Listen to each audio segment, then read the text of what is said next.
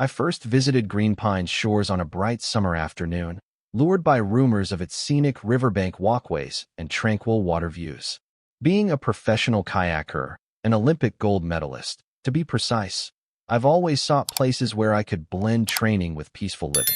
As soon as I turned into the neighborhood, I sensed it was something special. Lush pine trees lining the roads, well-tended lawns, and houses that exuded a classic suburban charm. Over the years, I'd grown tired of city noise. My schedule, split between traveling for kayaking competitions, training at specialized facilities, and giving motivational talks, left me craving a serene home base. Green Pines shores promised exactly that, a quiet corner near a gentle river, perfect for me to paddle at sunrise before heading off to the rest of life's demands. I bought a modest but lovely one-story house near the end of a cul-de-sac. It had an inviting porch, a small yard dotted with perennial flowers, and most importantly, it was only a 5-minute walk from the neighborhood's official river access, a community-owned path leading down to a rocky shore along the Green River. According to the real estate agent, the HOA proudly maintained that access so residents could fish, kayak, or simply sit by the water and relax. "It's a staple of the neighborhood," she'd said. Little did I know, a storm was brewing behind the scenes. Unbeknownst to me, the HOA had recently elected a new vice president, Marjorie, a 50-something woman notorious among neighbors for her intrusive, domineering style. Some quietly called her Karen, though her official name was rarely used in that sense. She'd evidently set her sights on controlling who used the riverfront path and how. I had no hint of the trouble awaiting me. On that first day, unloading boxes from my moving van, I was simply excited to breathe in the pine-scented air and imagine launching my bright blue kayak at dawn. This is perfect, I thought, entirely unaware that someone was about to challenge my cherished freedom on the water. It didn't take long before I met the so-called Karen. The day after my move-in, I was out in my driveway, stretching to ease sore muscles from lugging boxes. That's when I spotted a silver sedan creeping slowly along the curb. It stopped right beside my mailbox, and a woman with short, precisely styled hair stepped out. Clad in pressed khaki slacks and a pastel blouse, she radiated an aura of rigid propriety. She marched up to me with a clipboard clutched in her arms. "Good morning," she said, voice taut. "I'm Marjorie, Vice President of the Green Pines Shores Homeowners Association. People here occasionally call me Karen, for reasons I'm sure you'll discover. I wanted to make sure you received our official covenants and guidelines." I offered a friendly smile. "I did, just finishing settling in. Nice to meet you, Miss Tate." She nodded curtly. "We pride ourselves on a well-run community. I hope you'll respect the regulations we have in place." "Of course," I said. "I'm sure everything's in order. I'm just looking forward to enjoying the neighborhood, especially that lovely river access," I added, beaming. "I've heard it's a wonderful spot for kayaking or just taking in the scenery." At the mention of the river, her gaze hardened for a split second. "Yes, about that. Our board is reviewing some concerns. There's been too much foot traffic along the access path, leaving litter and potential hazards. We're exploring whether to limit usage for the sake of property values and community safety." A prickle of apprehension ran up my spine. Limit usage? My realtor mentioned it was open to all residents. "Things change," Marjorie said smoothly. "We've had issues with outsiders sneaking in. Don't worry, it won't be a problem if you cooperate. We simply want to maintain order." She gave me a paper listing revised proposed river regulations, which included time-of-day restrictions, permit requirements for launching watercraft, and a small maintenance fee per use. It sounded borderline ridiculous, but I kept my composure. "Well, thanks for the heads up," I said cautiously. "I'll keep an eye on any official changes." She nodded, eyes flicking toward my arms. I realized I was wearing a tank top with the outline of Olympic rings embroidered on it, a vestige from a post-competition event. Her gaze lingered, but she said nothing else before pivoting on her heel and returning to her sedan. As she drove away, I exhaled. Some tea. Despite the ominous introduction, my first weeks in Green Pines shores were delightful in many ways.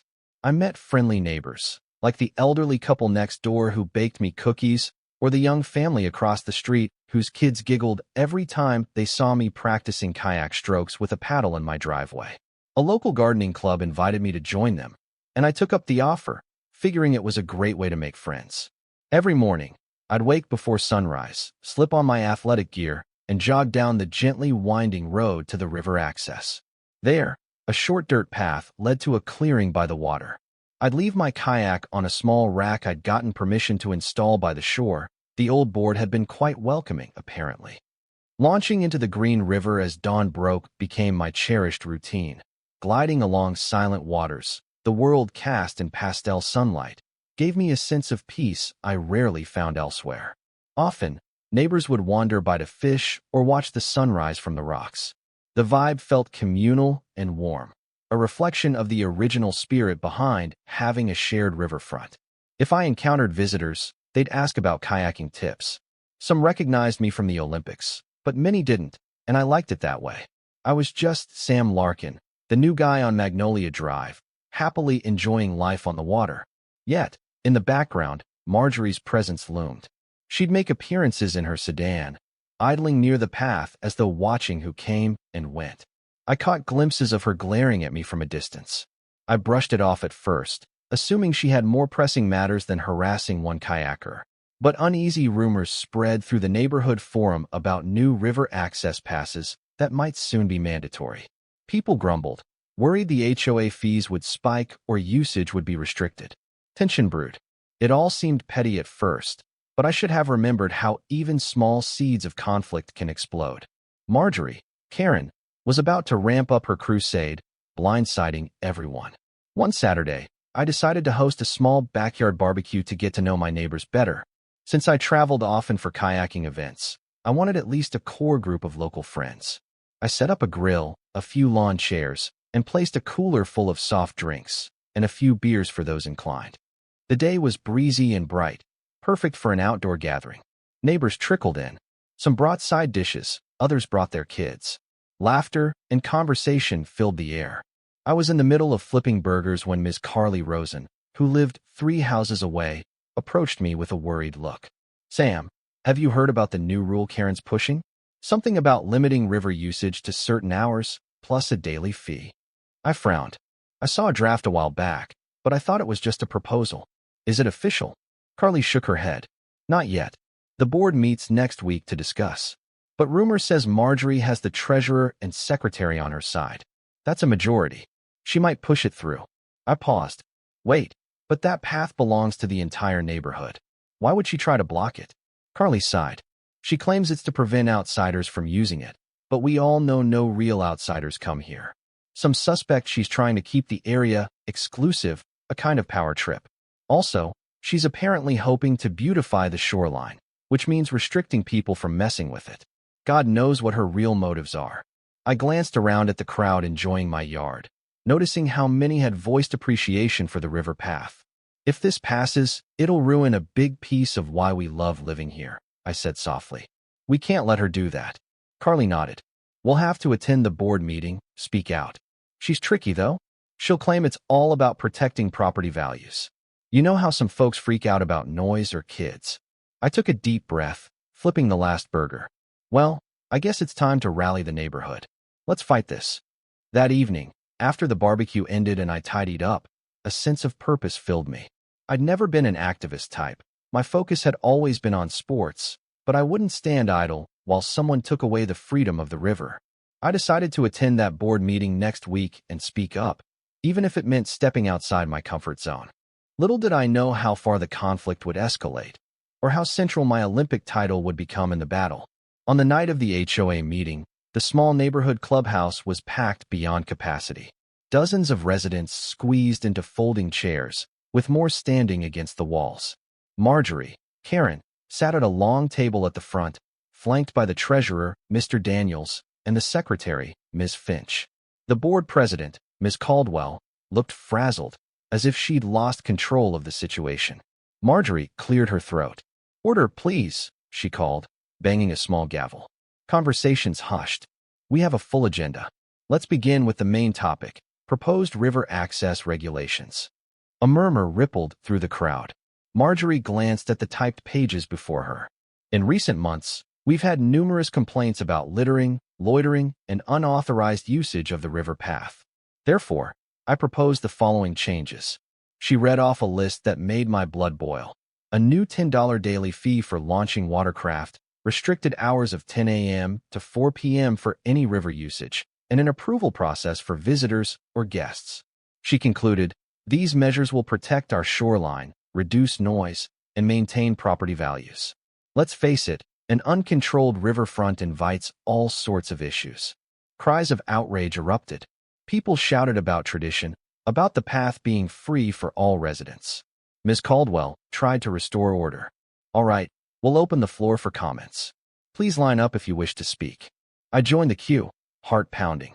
Several residents spoke first, expressing concerns that the fees were excessive, that the time window was too narrow.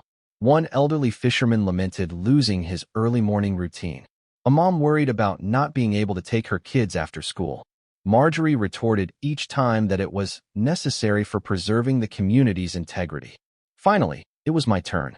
I strode to the microphone. My name is Sam Larkin. I moved here specifically for the river. It's central to our neighborhood identity. Many of us relish the ability to fish, kayak, or just enjoy the water at various times of day. Placing a fee and restricting hours punishes those who want to responsibly enjoy a shared resource. Marjorie's gaze drilled into me. Mr. Larkin, I've seen you launching a kayak at dawn, no doubt waking the neighbors and disturbing the wildlife. We can't allow unlimited access. I arched an eyebrow. No one's complained about my kayaking. I'm quiet. Actually, I've had neighbors wave happily each morning. This isn't about noise or safety, is it? She stiffened. You have no proof. The board has the authority to protect property values. Kayaking at all hours invites rowdy groups. We must draw a line. My frustration boiled. I'm an Olympic kayaker. I train early for a reason. I also encourage neighbors to keep the river clean. If anything, we're the ones preserving it. A wave of surprise flickered across Marjorie's face. She likely hadn't realized my background until that moment. But she quickly masked it. Olympic or not, these new rules will help. That's all for your comment time. She turned away, effectively cutting me off. Furious murmurs spread through the crowd, but she banged the gavel again, signaling the discussion was over. Miss Caldwell tried to mediate, but it was clear Marjorie had orchestrated this meeting to push her agenda forward. The treasurer and secretary, clearly allied with her, nodded in agreement. Unless there are further pressing objections, Marjorie said coldly, we'll put this to a vote next session. The room erupted in protest, but she declared the meeting adjourned. People milled about, outraged. Some whispered encouragement to me, urging me to keep fighting. Stepping outside into the cool night air, I wondered how we'd stop her. She had the board's majority in her pocket, and she seemed hell-bent on restricting the river path at any cost. Over the next few days, tension in Green Pine's shores soared. Neighbors spoke in hushed clusters about how to block Marjorie's measure. Many threatened to withhold HOA dues in protest, though that could risk fines. Others proposed a recall vote to oust her, but that process was long and complicated. Meanwhile, small signs appeared near the river path. Private property. No trespassing except with HOA approval. It was an early shot across the bow, presumably posted by Marjorie's supporters. Then came the event that escalated everything. One sunny morning, I jogged down to the river with my paddle and found the access gate padlocked. A large chain looped through the fence. Attached was a laminated notice. Notice: by order of the Green Pines Shores HOA Vice President, this access is temporarily closed for maintenance and evaluation. Do not enter until further notice. Violators may be subject to fines or legal action. My blood boiled. This wasn't the official outcome of any board vote. Marjorie had apparently taken unilateral action. A cluster of confused neighbors stood nearby, shaking their heads in disbelief. One older man exclaimed, "This is outrageous. She didn't even warn us." I tried the chain, confirming it was secure. "We need to call Ms. Caldwell, the president," I said. "This can't be legal." As we discussed next steps, a black SUV pulled up. Out stepped Marjorie, wearing sunglasses and a smug expression. "I see you found our new security measure," she said. "Due to excessive foot traffic, I had to protect the area from trespassers." "This is beyond your authority," I retorted, stepping forward. "No official vote has passed. You can't lock us out of our own communal property." She shrugged. "I have the support of the treasurer and secretary. That's the majority. Ms. Caldwell is absent due to personal issues. So I've taken emergency action. If you want to request access, you can fill out a permit application. Fees will apply. A fury so intense welled up inside me, but I fought to keep calm. You're out of line, I said. We'll challenge this. She gave a mocking smile. Good luck. The gate remains locked until further notice. Neighbors glared at her, but she calmly returned to her SUV and drove away. Left behind were angry residents, some near tears at losing their beloved river. I gently placed a hand on the chain. The path was a big part of why I chose Green Pines Shores, and she'd just stolen it from us. That night, messages flooded the neighborhood forum. People raged about the illegal lock, but others, presumably Marjorie's allies, insisted it was the only way to keep out vagrants or riffraff. Riffraff? I thought, disgusted. This was a quiet middle-class suburb, not a hotspot of crime. Yet Marjorie was stoking fear to justify her power grab. It was time to escalate. If she believed we'd just roll over, she was mistaken. And if it came down to shining a national spotlight on her antics, I had the connections to do exactly that. I decided to host another gathering at my place, this time a more serious meeting rather than a casual barbecue. Over a dozen neighbors packed into my living room, discussing strategies to overturn Karen's illegal closure of the river path. Some brought legal documents, others brought typed petitions. A bespectacled woman named Harriet, who worked as a paralegal, explained the HOA's bylaws in detail. The vice president can't unilaterally shut down a common area without a formal vote. Ms. Caldwell's signature as president is also required. Marjorie is way out of line. Mr. Hernandez, a longtime resident, chimed in. We can demand an emergency board meeting. The question is whether we can sway enough votes. Right now, Karen seems to control the majority. Another neighbor, Jade, looked up from her phone. Ms. Caldwell has been ill, apparently. She's barely involved. That's how Karen is pushing her agenda. If Ms. Caldwell can't attend the next vote, Karen wins. I chewed my lip. What if we go public? I have connections in the sports world, journalists, social media fans.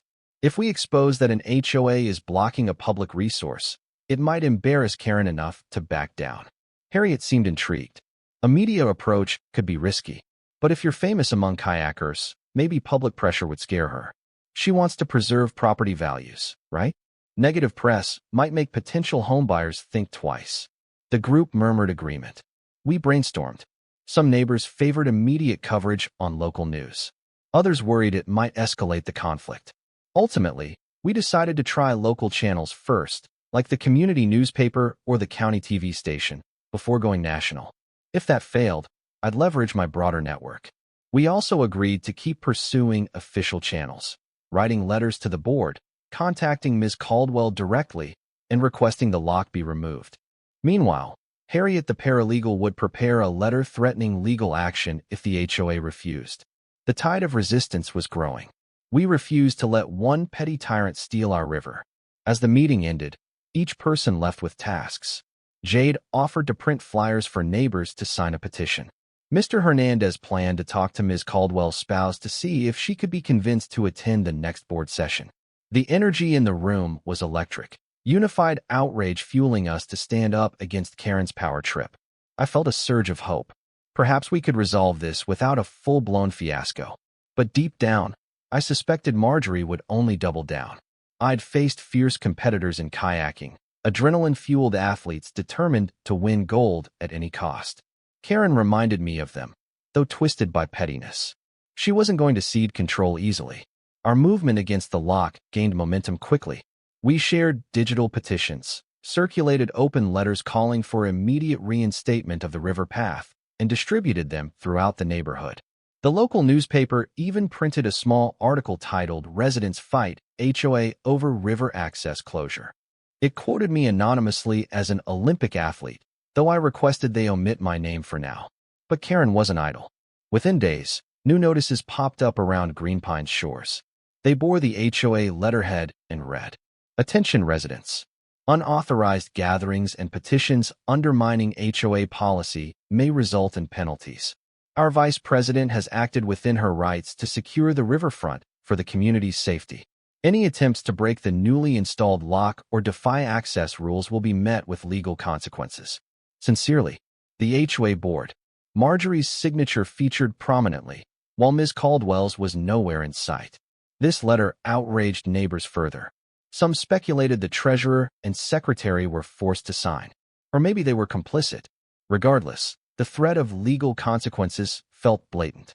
People whispered about fines or lawsuits if they disobeyed Karen's directives. Not long after, I saw a telling sign of her determination. A patrol service truck labeled Private Security, roaming the area near the locked gate. The guard, presumably hired by Karen, stood by the fence, turning away any curious residents who even approached. It was surreal, like living in some bizarre gated community under siege from its own HOA leader. One morning, I approached the guard politely, asking for clarity. "We're just ensuring no trespassing," he said. "We were contracted by Ms. Tate. If you want to use the river, she says you have to apply for a pass from the HOA. I clenched my fists. This was beyond petty. She'd effectively privatized the river path, ignoring that it was communal property. The neighbors felt powerless. Some were scared of incurring fines they couldn't afford. Others worried about confrontation with security staff. That night, Harriet the paralegal emailed me a draft of a strongly worded legal letter. It demanded an immediate reversal of the closure, citing multiple bylaw violations and threatening to sue the HOA if the lock wasn't removed within 10 days. I read it, my heart pounding with both anger and excitement. This was war. Our polite attempts to reason with Karen or her allies failed miserably. The treasurer dodged our calls, while Ms. Caldwell remained too ill to intervene, or so we were told. So we took the next step, contacting the local TV station. A friendly reporter named Veronica Fields expressed keen interest. "A homeowners association blocking a river? That's unusual," she said over the phone. "I'd like to get some on-camera interviews. Could we meet at the locked gate?" We arranged a day. A small camera crew arrived, capturing footage of the chain and no trespassing signs. They interviewed me, this time in front of the camera and other residents, about how the closure hurt community life. I expressed how essential morning kayaking was to me, and how others missed fishing or simply enjoying the water. "Why do you think the vice president is doing this?" Veronica asked as the camera rolled. "It's about control," I replied. "She claims it's for safety and property values, but we see no evidence of a problem. The only result is that residents are shut out of their own shared space." Veronica tried to get a statement from Karen. She refused to comment, sending a written note. The HOA is acting lawfully to protect the community from unauthorized usage. That evening, the segment aired on the local evening news under the headline, "River Access Controversy in Green Pines Shores." The footage of the locked gate was stark. My face filled the screen as I spoke passionately about the importance of river recreation. The story spread quickly. Neighbors praised me for standing up on camera. My phone buzzed with messages of support. Yet I also felt uneasy. This was a significant escalation. Karen might retaliate. And indeed, she did. The next morning, I found a bright orange notice taped to my door, an HOA citation for public nuisance and unauthorized interviews on common property. It threatened a $500 fine if I continued violating HOA guidelines. Furious, I realized she was punishing me for speaking out. At that moment, I decided to unleash the final weapon in my arsenal, my Olympic identity and the broad social media following that came with it. Enough was enough. Though some neighbors were aware of my past achievements, I kept a relatively low profile regarding my Olympic gold medal. I never sought special treatment. But now I understood the power my name could wield. If local coverage didn't make Karen back down, maybe national attention would. I made a few calls to sports journalist friends who'd interviewed me post-Olympics. They were intrigued by the story. "Olympic kayakers, HOA bans him from the river." It was an attention-grabbing headline. Soon, several bigger outlets expressed interest: online magazines, sports columns, and even a major cable news network known for highlighting bizarre local controversies. I also posted a heartfelt message on my verified social media accounts. I rarely used them for personal issues, but I explained the situation, how a controlling HOA figure was blocking me and neighbors from accessing a community river path. I attached pictures of the padlock gate and the security guard. The post read, "I never imagined I'd be fighting for the right to enjoy a simple shoreline. As an Olympic kayaker, I live for the water. But more importantly, my neighbors, families, seniors, everyone, are being denied a vital communal space." We must stand up against these unjust HOA restrictions. Within hours, the post garnered thousands of likes, shares, and supportive comments. People were outraged that a homeowners association could pull such a stunt. A trending hashtag emerged, #UnlockOurRiver. Suddenly, a wave of public scrutiny descended on Green Pine's shores. Karen's name began circulating in outraged threads. The local station that first covered the story was inundated with calls. Politicians from the county seat even weighed in, promising to look into whether the HOA has overstepped its authority. Some readers suggested that if the river was navigable by state law, the HOA's private ownership claims might be legally tenuous. Marjorie, Karen, Tate had wanted property values high, but she was on the verge of turning her neighborhood into a national laughingstock. The question was, would she relent or dig in deeper? Sure enough, the outcry reached Karen's ears, and she did not take it well. I soon heard from neighbors that she'd been fuming, calling me an attention-seeking athlete, and claiming I was twisting the story. The treasurer, Mr. Daniels, even tried to email me a scathing message about how I'd violated the sanctity of the HOA. Then came the official cease and desist letter from the HOA's attorney, a local firm presumably hired under Karen's direction.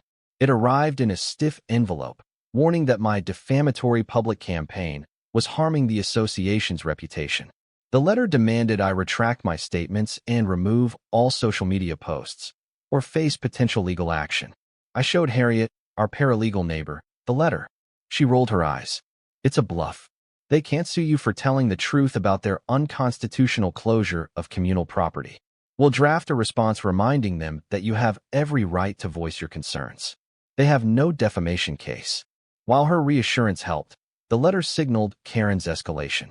She was doubling down, not backing off. Meanwhile, the #UnlockOurRiver campaign continued growing. People shared memes mocking HOA Karens, referencing my story as the prime example. A popular sports blog penned an editorial titled, "From Gold Medal to HOA Horror, a Kayaker's Fight for Water Access." I started receiving invites for interviews on bigger platforms. One morning, I Skyped into a major sports network talk show. The host asked me to recount the entire ordeal. Host, Sam, the idea of an Olympic champion locked out from kayaking on his own neighborhood river is astounding. How did this happen? Me. The short version is an overreaching HOA official decided to unilaterally padlock our shared river path, ignoring due process. She claims it's for property values and safety. But in reality, it's punishing all residents and destroying what made our community special. I ended with a direct message to any HOAs out there. If you want to regulate your community, do it fairly. Don't lock neighbors out of a public resource. I hope the board reconsiders and unlocks that gate soon. The clip went viral, prompting even more scrutiny on Green Pine's shores. I braced myself for Karen's next move, aware that she was cornered. Sometimes cornered adversaries lash out unpredictably, but the tide of public opinion was clearly against her. While the public storm raged, Ms. Caldwell, the HOA president, remained eerily absent. Gossip suggested she'd been recovering from surgery or was out of state with family. But Harriet, the paralegal, managed to track down Ms. Caldwell's phone number.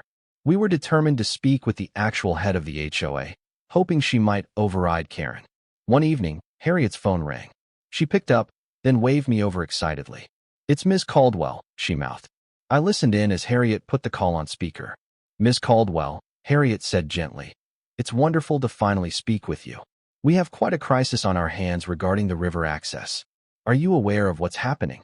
A tired voice replied, "I've heard bits and pieces, but I've been hospitalized for weeks. Marjorie told me she was handling some maintenance issues. I had no idea it escalated to padlocks and security guards." Harriet and I exchanged a relieved glance. Harriet explained everything: Karen's unilateral closure, the proposed fees, the lawsuits threatened, and the national media coverage. Ms. Caldwell sounded both shocked and dismayed. "I never approved such measures," she said firmly. "Our bylaws require a full board vote for any major changes to common spaces, and I must sign off. If Marjorie is claiming otherwise, she's lying." My pulse quickened with hope. "Ms. Caldwell, we'd appreciate if you'd confirm that to the entire neighborhood. People are furious, and some are scared to speak up. This could restore order." She hesitated. My health is still fragile, but I'll do what I can. This isn't how our HOA is supposed to be run. Give me a day or two to contact the board members. I'll see if we can schedule an emergency meeting so I can formally address and nullify these actions." We thanked her profusely. After the call ended, Harriet and I practically high-fived. This was the break we needed. If Ms. Caldwell resumed her rightful authority and publicly admonished Karen, the padlock fiasco might end overnight. Yet, a pang of worry lingered. Would Karen step aside gracefully or lash out again? Time would tell. True to her word, Ms. Caldwell acted swiftly, convening an emergency HOA board meeting just 3 days later, on a Saturday afternoon. The agenda as circulated stated, "Review and vote on river access closure." Word spread like wildfire across the neighborhood.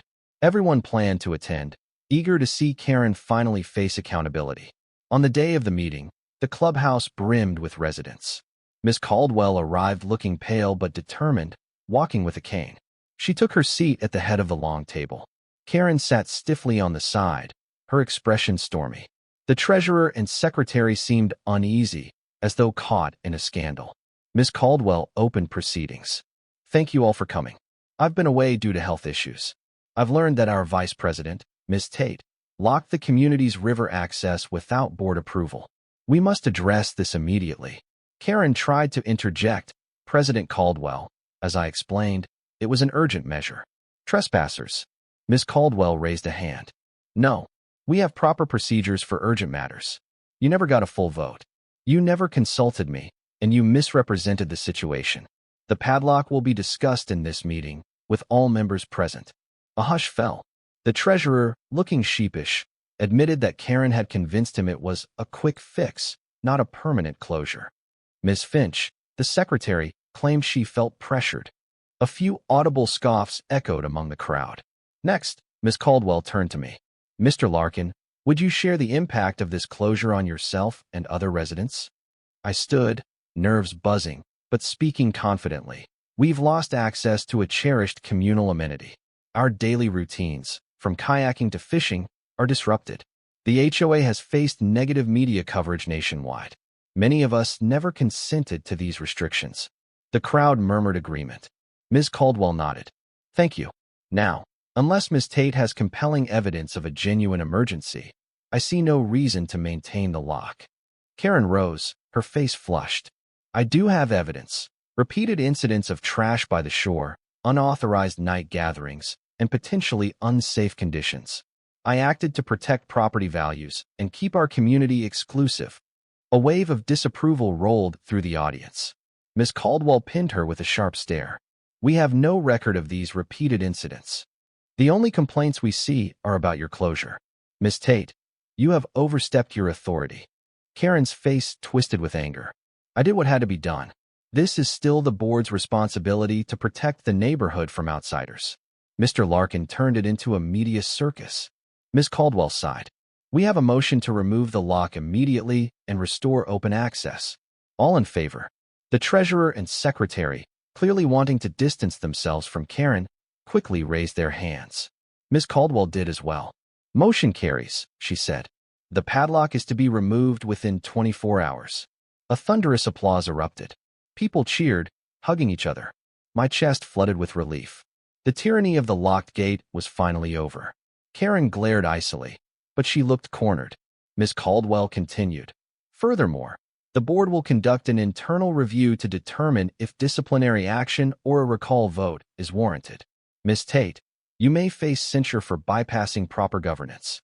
Karen tried to protest, but Ms. Caldwell banged the gavel. The crowd's energy soared. We'd won. Still, I couldn't shake the feeling that Karen might not go quietly. The very next morning, a small group of neighbors gathered at the river path to watch as Ms. Caldwell and the treasurer arrived with bolt cutters. A few camera-toting local reporters captured the moment. With a decisive snip, Ms. Caldwell cut the chain, letting it rattle to the ground. Applause and cheers rang out. In a symbolic flourish, the treasurer threw the chain into a trash bin, signifying the end of Karen's unauthorized closure. Tears glistened in some eyes. A fisherman tested the gate, happily proclaiming it was free again. Families strolled down the path to see the river, children squealing in delight as they spotted ducks. I stepped forward, touched the fence with a grin, and felt an enormous weight lift from my shoulders. At last, I could launch my kayak without fear. Reporters asked me for a statement. I simply said, "It's wonderful to see our community come together to restore something so precious." This was never about me personally. It was about fairness, about letting neighbors enjoy the outdoors. I'm grateful common sense prevailed. One journalist pressed, "What about Ms. Tate? Do you think she'll face further consequences?" I shrugged gently. That's up to the HOA's internal process. But for now, I'm just happy we have our river back. As people dispersed, I lingered by the water, taking in the morning sun dancing on the ripples. The next day, I'd resume my dawn paddling routine, the quiet hush of water under my kayak. The sense of peace was overwhelming. I also felt pride in my neighbors. Despite Karen's intimidation, they'd stood firm. Yet, a flicker of vigilance remained. Karen had been publicly overruled, but what if she retaliated in other ways? I had a feeling the story wasn't quite over. For a short while, things settled. The river path bustled with happy residents once more. Miss Caldwell publicly apologized for the stress caused by the fiasco. The media attention began to die down, replaced by fresh headlines elsewhere. My social media hashtag #UnlockOurRiver campaign turned into a victory lap, with thousands congratulating us on reclaiming the shore. But Karen, humiliated and outraged, was not content to vanish quietly. A wave of petty complaints flooded the HOA system. Neighbors receiving citations for minor landscaping infractions or for having a mailbox an inch too tall. I was not spared. One afternoon, I came home to find a bright orange notice on my door citing me for illegal signage. Attached was a photo of a small sign in my yard reading, "All are welcome." I'd put it up temporarily for a charity drive. The notice threatened a $200 fine. Fuming, I realized Karen was using her position to lash out at those she deemed responsible for her downfall. The community recognized it too. Complaints poured into Ms. Caldwell's inbox about petty harassment. Harriet the paralegal said, "This is a desperate attempt to reassert control. We should document everything." We did exactly that. For every frivolous citation, neighbors wrote a rebuttal, copying Ms. Caldwell and other board members. Social media buzzed with stories of Karen's revenge. The tide of dissatisfaction with her soared. People began formally requesting a special election to remove her from the board. Ms. Caldwell, while sympathetic, explained the procedural steps. A petition with a certain percentage of homeowner signatures, followed by a recall vote. The neighborhood mobilized. Volunteers canvassed door to door, collecting signatures from exasperated residents who had enough of Karen's tyranny. In record time, they surpassed the required threshold. Ms. Caldwell scheduled the recall vote for the next monthly HOA meeting. Karen caught wind of this. Rumors flew that she threatened lawsuits against Ms. Caldwell or tried to sway loyal allies to block the vote. Yet momentum was unstoppable. The date of the recall approached like a drumbeat. The day arrived. The clubhouse brimmed once more, possibly even more crowded than during the river closure fiasco. Everyone knew the agenda. Karen's possible removal from the HOA vice president position. Emotions ran high, some anxious, some eager, some quietly defiant. A small handful of her supporters lingered, but they were outnumbered. Ms. Caldwell, looking more robust now that her health was improving, opened the meeting. "We have one item on the agenda, the recall vote regarding Vice President Marjorie Tate. Per the petition, we'll hear arguments, then cast ballots." Karen, seated at the front table, wore a grim expression. She tapped her pen against the desk, scanning the audience with disdain. Ms. Caldwell invited her to speak first. "Ms. Tate, would you like to address the community?" Karen rose, clearing her throat. "Yes, I would. I believe this entire recall is a witch hunt orchestrated by certain individuals who have exploited media sensationalism to undermine my efforts at preserving Green Pine's shores." Her eyes darted to me. "I only sought to protect our neighborhood from intrusion, noise, and devaluation. Yet, thanks to certain so-called Olympic kayakers, we ended up on national news, ridiculed. You blame me for embarrassment, but you should blame yourselves for failing to uphold standards." Murmurs of disbelief spread through the crowd. I tried to keep a neutral face. Ms. Caldwell intervened politely. "Thank you, Ms. Tate. Now, are there comments from the community?" Multiple hands shot up. Residents lined up at the microphone. One by one, They recounted Karen's arbitrary citations, heavy-handed decisions, and disregard for due process. Some were emotional. An elderly man describing how she locked him away from his morning fishing spot. A young mom explaining the fear her kids felt around private security. The wave of testimony was damning. Finally, Ms. Caldwell signaled it was time to vote. Ballots were distributed.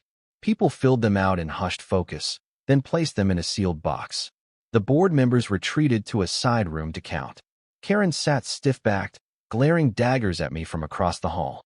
I kept my head high, telling myself we're doing the right thing. Eventually, Ms. Caldwell returned with the results. Her voice trembled slightly.